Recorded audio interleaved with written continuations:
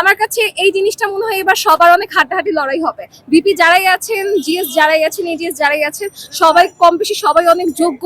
তো খুব ডাইভার্সিটি দেখা যাচ্ছে, এটাই আসলে আমাদের প্রাপ্তি। যে 5ই অগাস্টের পরে যে একরোখা ভাবে একজনকে সবাই বলছে না, সবাইকে বলছে যে অমুক আসবে বা এই আসবে, তো এটাই আসলে আমাদের প্রাপ্তি। এই ডাইভার্সিটিটাই আমরা চেয়েছিলাম। শেষ মুহূর্তের প্রচারণা চলছে আপনাদের, মানে জয়ের ব্যাপারে কতটুকু আশা করেন? জয়ের ব্যাপারে এখন এটা সম্পূর্ণটাই নির্ভর করে ভোটারদের উপরে। যদি যোগ্য মানুষকে তারা নির্বাচিত করে তাহলে হয়তো আমাদের মধ্যে কেউ একজন উঠে আসবে।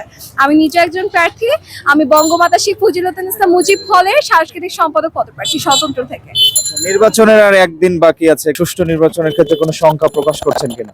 এখন পর্যন্ত মনে হচ্ছে না সামনে কোনো ঝামেলা হবে, কারণ এই পর্যন্ত যতদিন উৎসবমুখর পরিবেশ আছে সবকিছু খুব সুস্থভাবে চলছে। আশা করা যায় আগামী দিনটা এবং আমাদের নির্বাচনের দিনটাও খুব সুন্দরভাবে যাবে, এতটুকুই আমরা প্রত্যাশা রাখি। আর ঝামেলা হলে আমাদের অনুরোধ থাকবে প্রশাসন যেন তার জায়গা থেকে শক্ত থাকে এবং যারা মনিটরিং এ আছে তারা যেন তাদের জায়গা থেকে শক্ত অবস্থানে থাকে। আচ্ছা, আমি একটু জানতে চাচ্ছি যে আপনি একজন প্রার্থী হিসেবে ভিপি হিসেবে কে এগিয়ে আছে বলে আপনার কাছে মনে হয়? আমার কাছে এই জিনিসটা মনে হয় এবার সবার অনেক হাড্ডাহাড্ডি লড়াই হবে। বিপি যারাই আছেন, জিএস যারাই আছেন, এজিএস যারাই আছেন, সবাই কম বেশি সবাই অনেক যোগ্য।